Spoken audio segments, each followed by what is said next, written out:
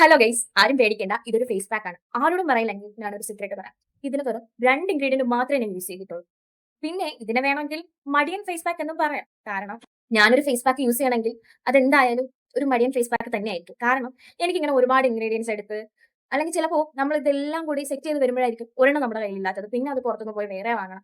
പക്ഷെ ഇത് നമ്മൾ യൂസ് ചെയ്യുകയാണെങ്കിൽ ഈ 2 കാര്യം നമ്മുടെ വീട്ടിലുണ്ടെങ്കിൽ നമ്മൾ വാങ്ങിച്ച് വെക്കുകയാണെങ്കിൽ ഒരു മന്തിലത്തേക്കുള്ളത് വാങ്ങി വെക്കുകയാണെങ്കിൽ ഒരു വീക്കിൽ നമുക്ക് 3ഓ 2ഓ തവണ മാത്രം യൂസ് ചെയ്താൽ മതി. അപ്പൊ ഞാൻ നിങ്ങളെ ഒരുപാട് അങ്ങ് ബോറടിപ്പിക്കുന്നില്ല. നമുക്ക് വീഡിയോയിലോട്ട് പോകാം. ഇത് എങ്ങനെയാണ് ഉണ്ടാക്കുന്നതെന്ന് ഇതിന്റെ ഫൈനൽ റിസൾട്ട് എന്താണെന്ന് നമുക്ക് കാണാം. ഇതാണ് ആ 2 ഇൻഗ്രീഡിയൻസ്.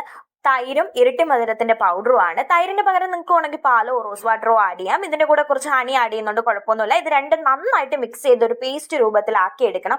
ഈ ഒരു ഫേസ് പാക്ക് സ്കിൻ ബ്രൈറ്റനിങ്ങിനും ആന്റി ഏജിങ്ങിനും ഡീഹൈഡ്രേഷനും അതുപോലെ തന്നെ നമ്മുടെ ടാൻ മാറാനും നന്നായിട്ട് സഹായിക്കുന്ന ഒന്നാണ്. ഞാൻ പറഞ്ഞില്ലായിരുന്നോ, ഭയങ്കര വലിയ ചേഞ്ചസ് ഒന്നും നിങ്ങൾക്ക് ചിലപ്പോൾ കാണാൻ പറ്റുന്നില്ലായിരിക്കും. അതിന് മുമ്പേ പറഞ്ഞതാണ്, നമ്മൾ ഏതൊരു ഫേസ് പാക്ക് ഇട്ടാലും ആ ഫസ്റ്റ് ഡേ തന്നെ നമുക്ക് ഭയങ്കരമായിട്ടുള്ള ചേഞ്ചസ് കാണും എന്നൊന്നും നമ്മൾ ഹോപ്പ് കൊടുക്കരുത്. അപ്പോൾ എന്താണ്, ജസ്റ്റ് ഒരു ഇൻസ്റ്റന്റ് ഗ്ലോ വന്നത് നിങ്ങൾക്ക് എന്തായാലും കാണാൻ പറ്റും. ഞാൻ പഴയ ആദ്യം എന്റെ ഫേസ് ഇരുന്നതും ഇപ്പോഴും ഞാൻ അത് കാണിക്കാം.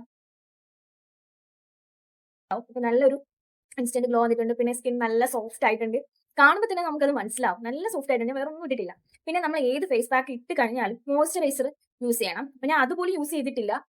മോയ്സ്ചറൈസറോ ഏതെങ്കിലും ജെല്ലോ അലോവേര ജെല്ലോ എന്തെങ്കിലുമൊക്കെ നമ്മൾ സ്കിന്നിൽ അപ്ലൈ ചെയ്യണം. കാരണം ആ ഒരു ഇത് പോവാതിരിക്കാനായിട്ടാണ്. ഒരു വീക്കിൽ എന്നെ പോലെ മടിച്ചിരിക്കാതെ ഒരു വീക്കിൽ 2ഓ 3ഓ വട്ടമൊക്കെ ഒന്ന് എന്നും ഇടണ്ട, 2ഓ 3ഓ വട്ടമൊക്കെ ഒന്ന് ഇടയ്ക്ക് യൂസ് ചെയ്ത് നോക്കിയാൽ നിങ്ങൾക്ക് ചിലപ്പോൾ നിങ്ങളുടെ സ്കിന്നിൽ നല്ലൊരു മാറ്റം കാണാൻ പറ്റും.